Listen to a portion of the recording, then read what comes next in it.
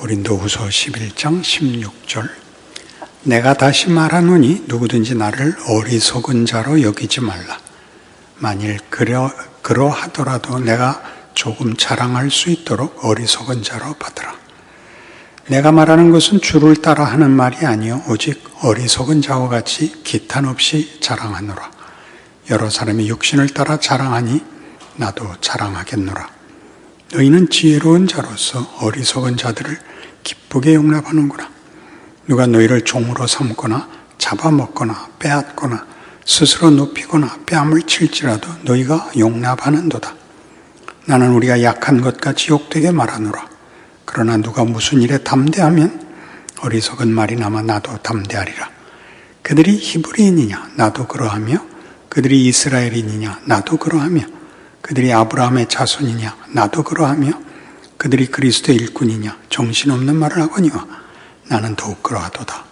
내가 수고를 넘치도록 하고 옥에 갇히기도 더 많이 하고 매도 수없이 맞고 여러 번 죽을 뻔하였으니 유대인들에게 40에서 하나 감한매를 5번 맞았으며 3번 태장으로 맞고 1번 돌로 맞고 3번 파손하고 일주야를 깊은 바다에서 지냈으며 여러 번 여행하면서 강의 위험과 강도의 위험과 동족의 위험과 이방인의 위험과 신의 위험과 광야의 위험과 바다의 위험과 거짓 형제 중의 위험을 당하고 또 수고하며 애쓰고 여러 번 자지 못하고 줄이며 목마르고 여러 번 굶고 춥고 헐벗었노라.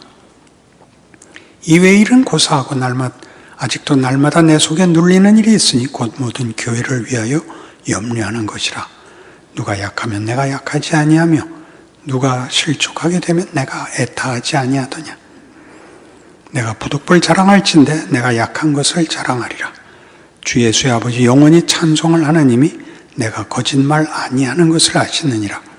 다메섹에서 아레다 왕의 고관이 나를 잡으려고 다메섹 성을 지켰으나 나는 광주리를 타고 들창문으로 성벽을 내려가 그 손에서 벗어났노라. 고린도 교회에 문제가 생겼습니다.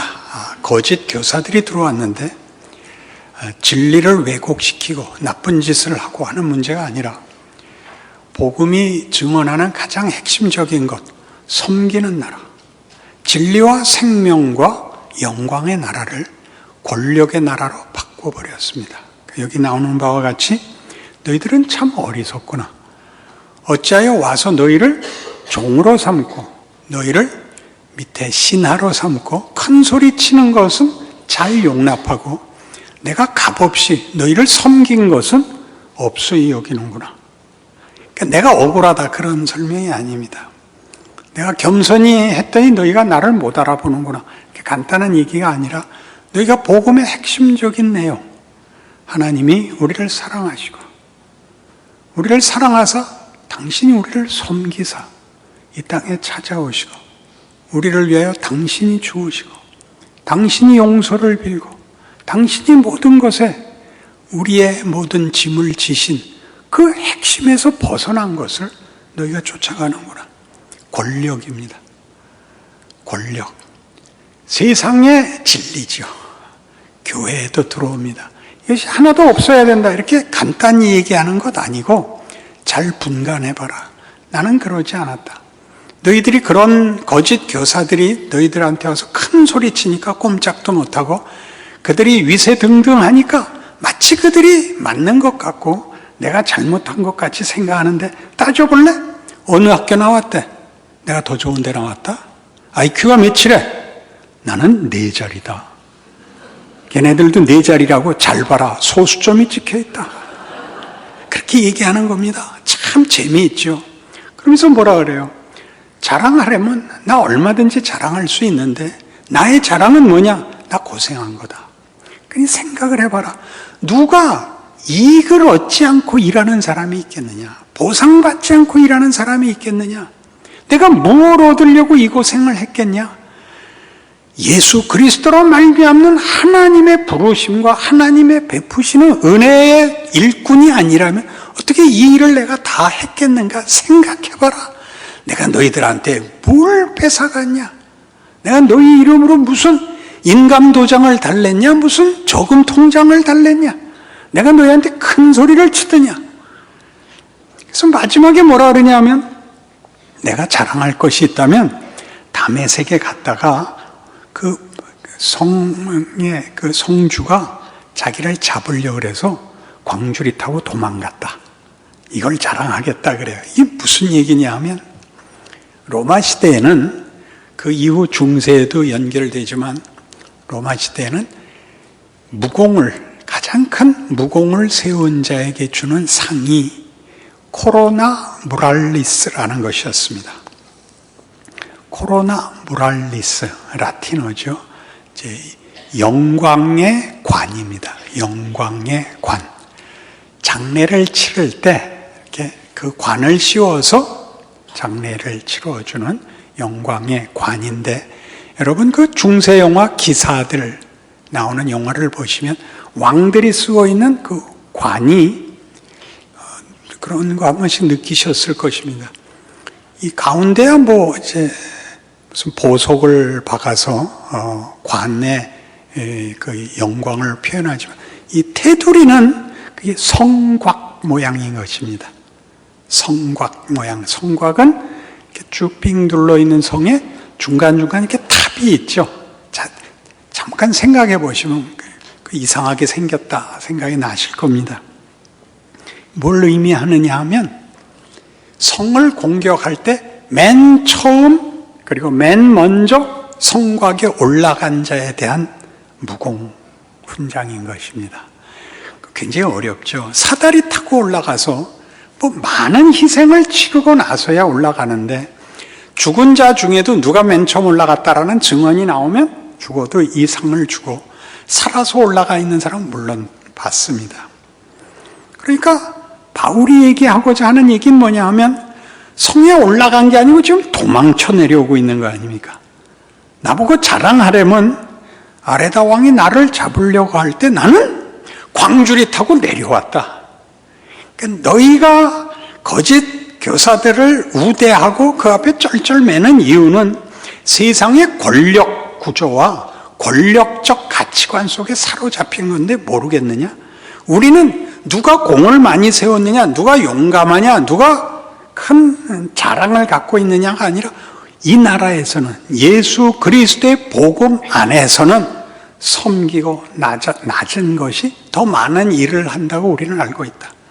그래서 우리는 그런 빛나는 훈장을 받으려 하지 않고 숨기워지고 억울하고 알아보지 못하는 자리에서 우리는 이 일을 행하고 있고 이걸 영광으로 한다라고 딱 뒤집는 겁니다.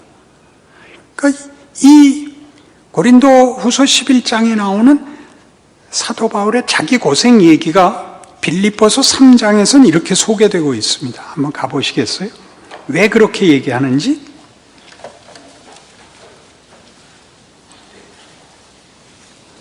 빌립보서 3장 4절.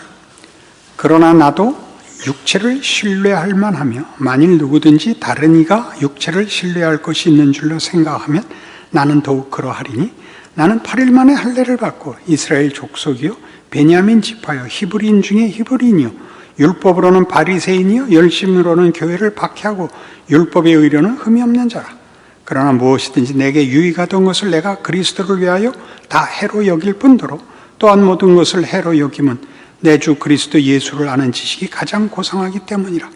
내가 그를 위하여 모든 것을 잃어버리고 배설물로 여김은 그리스도를 얻고 그 안에서 발견되려 함이니 내가 가진 의는 율법에서 난 것이 아니요 오직 그리스도를 믿음으로 말미암은 것이니 곧 믿음으로 하나님께로부터 난 의라. 내가 그리스도와 그 부활의 권능과 그 고난의 참여함을 알고자 하여 그의 죽으심을 본받아 어떻게 해서든지 죽은 자 가운데서 부활에 이르려 하느니 내가 이미 얻었다 함도 아니요 온전히 이루었다 함도 아니라 오직 내가 그리스도 예수께 잡힌 바 된 그것을 잡으려고 달려가노라. 그리스도의 의, 그리스도 안에서 우리에게 준 하나님의 의, 이 의라는 것을 정의, 옳은 것, 그 다음에 바른 것, 이런 도덕과 윤리적 개념으로 그리스도의 의라 그러는 것이 아닙니다. 그리스도의 의는 하나님의 통치, 하나님의 목적, 하나님의 주시는 바 그의 성품으로서 유지되고 목적되고 채워지는 나라로 다른 나라에 들어간 것입니다. 그 의는 다른 말로 해서 자비고 긍휼이고 사랑이고 기쁨이고 그런 것들입니다. 이게 자꾸 도덕화되는 바람에 맞고 틀리는 것이 되자 가장 크게 무서워지죠. 신앙이 무서워진다고요. 스스로에게도 무섭고 서로 간에 무섭고 회개가 너무 많고 그냥 자식의 권리가 뭐죠? 엉기는 거, 우기는 거죠. 그게 왜 통하죠? 자식이니까. 부모한테 끝까지 나 밥 안 먹어, 나 집 나갈 거야. 누가 떨어요? 엄마가 떨지 애가 떨어요? 밥 안 먹고 나중에 몰래 나와서 라면 끓여 먹고 그래도 되는 데가 가정, 혈육. 그렇게 이 나라는 다른 거예요. 다른 나라인데 왜 고린도 교회가 시험을 받았다고요? 권력, 권세, 폭력이 되고 말았죠. 윤리적으로 잘못된 게 아니라 세상에선 그게 다니까. 교회의 그 예수 안에서 허락된 하나님 나라와 세상에서 죽음으로 최고의 권세를 잡은 세상 나라와 대비되고 거기서 구원받아 이 나라에 왔다고 가르쳤는데 다시 거기 붙잡혀 들어갔죠. 우리나라 목사님들이 서구도 그렇겠습니다만 제일 좋아하는 목사님 중에 대표적인 분이 로이드 존스 목사님입니다. 로이드 존스 목사님은 이제 작고하셨고 1920년대쯤 아주 큰 부흥을 이끌어서 1960년대쯤까지 활발하게 그 설교 사역을 하신 분으로 유명합니다. 그분을 모두가 다 강해 설교자라고 합니다. 성경 본문을 이렇게 쭉 꿰서 설교를 하신 유명한 설교자이고 그분의 설교를 연구하는 사람들도 많고 많은 논문도 나왔습니다. 그러나 그는 사실은 부흥사입니다. 부흥이 끝난 아일랜드에서 부흥을 다시 꺼진 불을 다시 일으킨 그 최초에 가서 한 교회에서 부흥을 다시 살린 분으로 그래서 런던에 부름을 받고 와서 웨스트민스터 채플에서 유명한 설교가가 되었습니다. 세상이 아는 영어권에서는 가장 유명한 설교가죠. 제가 그를 부흥사라고 부르면 다들 의아롭게 생각합니다. 부흥사들은 보통 하나님이 일하신다는 직접적인 분명한 표가 나타나는 사람들이 보통 부흥사를 합니다. 방언이 있다든가 또는 더 크게는 병 고치는 은사가 있는 게 가장 크게 작용을 합니다. 그래서 그런 은사가 있는 교회는 교인 수가 이루 말할 수 없이 많은데 왜냐하면 성도들이 본교회 출석하고 그 다음에 여기 와서 병 나으려고 손 얹습니다. 또 방언 받으려 하고 그래서 교인 수가 원래 교인 아닌 교인 수로 많습니다. 근데 왜 로이드 존스 목사님이 부흥사냐? 그는 무슨 은사를 가졌냐? 그는 권위를 가졌습니다. 같은 말인데 그분이 하면 벼락이 되고 소나기가 되고 태풍이 되고 그렇습니다. 우리나라 목사님들이 가장 좋아하죠. 우리 한국은 명분 사회였고 그래서 권위가 가장 강하게 힘을 쓰는 데였습니다. 우리 모든 한국의 남자들이 바라는 게 뭐냐면 이 한마디를 해보고 싶은 겁니다. 이놈. 그럼 그 자리에서 즉사하는 거.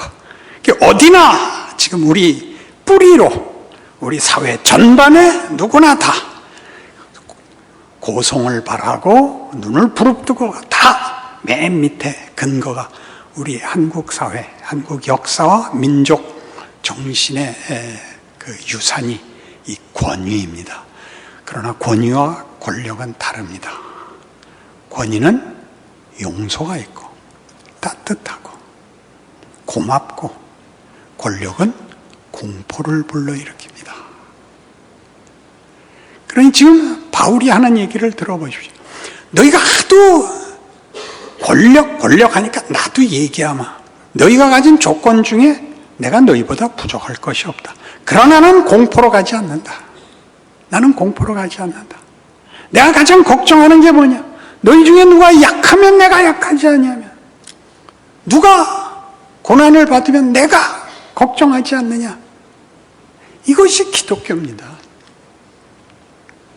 교회 공동체는 기독교 시작 이래 역사상 한 번도 완벽한 교회는 세워진 적이 없다.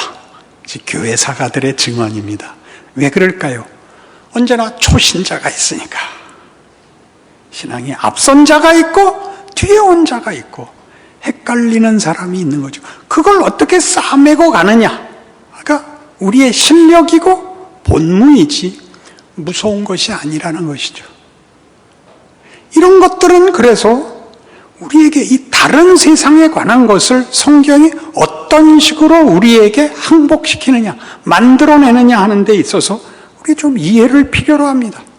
시편 62편으로 가보십시다.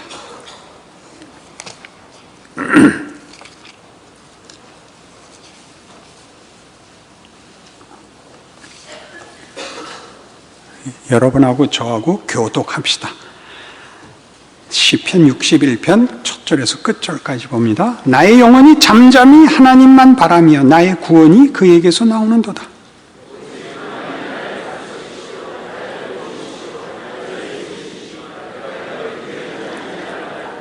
넘어지는 담과 흔들리는 울타리같이 사람을 죽이려고 너희가 일제히 공격하기를 언제까지 하려느냐?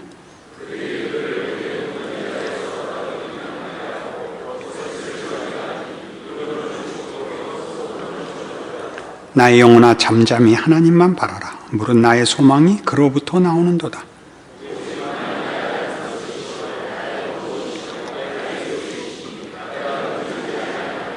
나의 구원과 영광이 하나님께 있으며 내 힘의 반석과 피난처도 하나님께 있도다.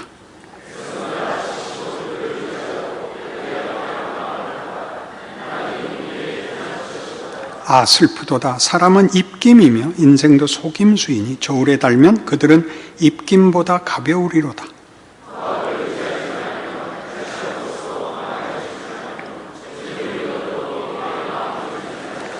하나님이 한두 번 하신 말씀을 내가 들었나니 권능은 하나님께 속하였다 하셨도다.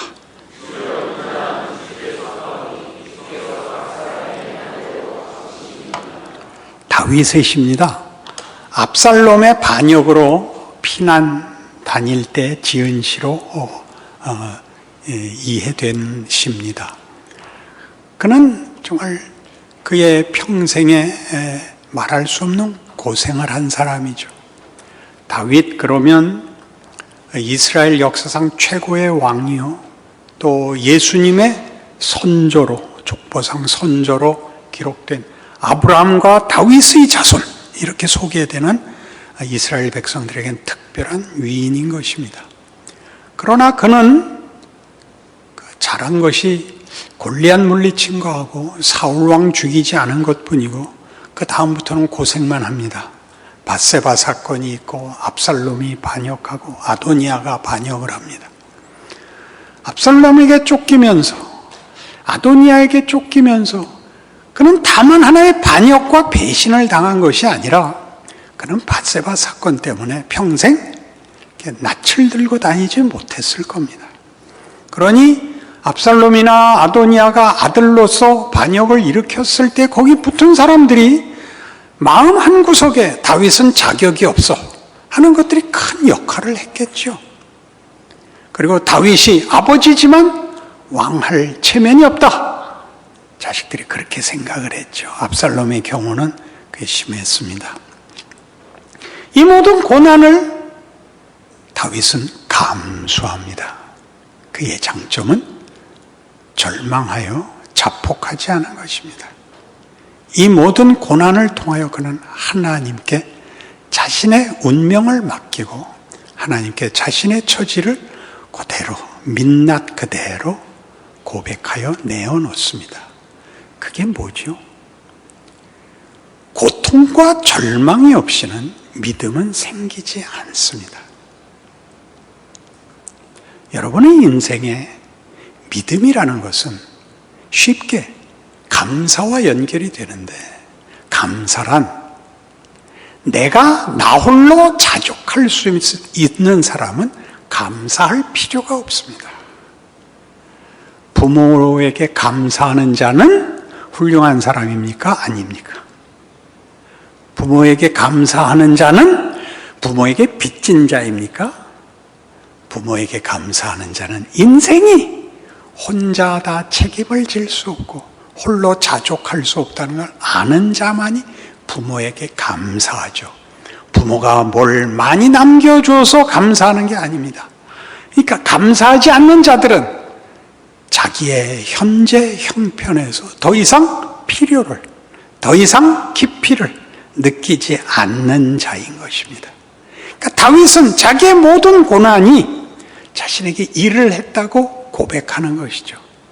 나는 살아있는 것 자체가 수치였다. 하루를 사는 것이 평생을 사는 것 같았다. 인간은 무슨 가치가 있고 인생은 무슨 보람이 있는 것인가 생각하지 않을 수 없었다.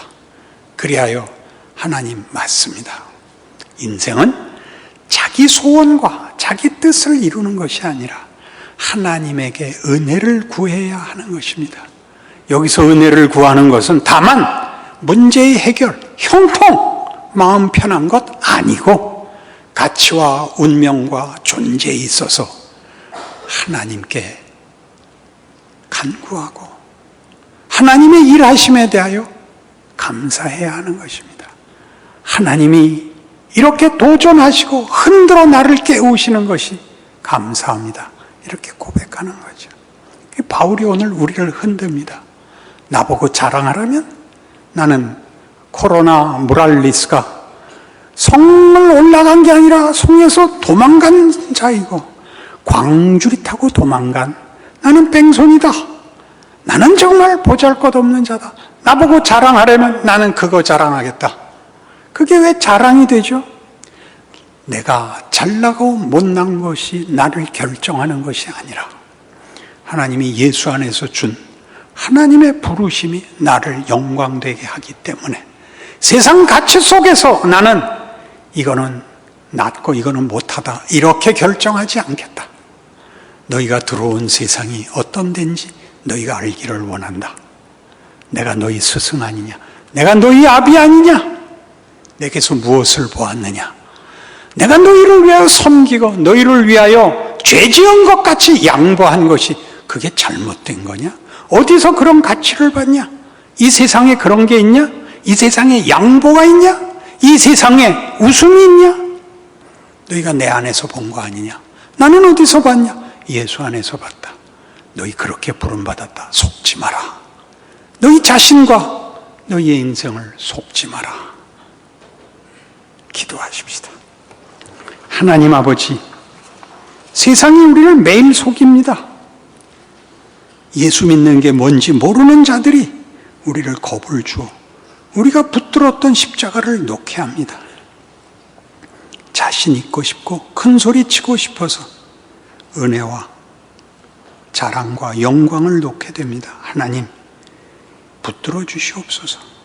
우리야말로 유일하게 질 수 있고 용서할 수 있고 웃을 수 있고 기도할 수 있는 하나님의 자녀입니다. 그 인생 살아내게 하여 주시옵소서. 예수님 이름으로 기도합니다. 아멘.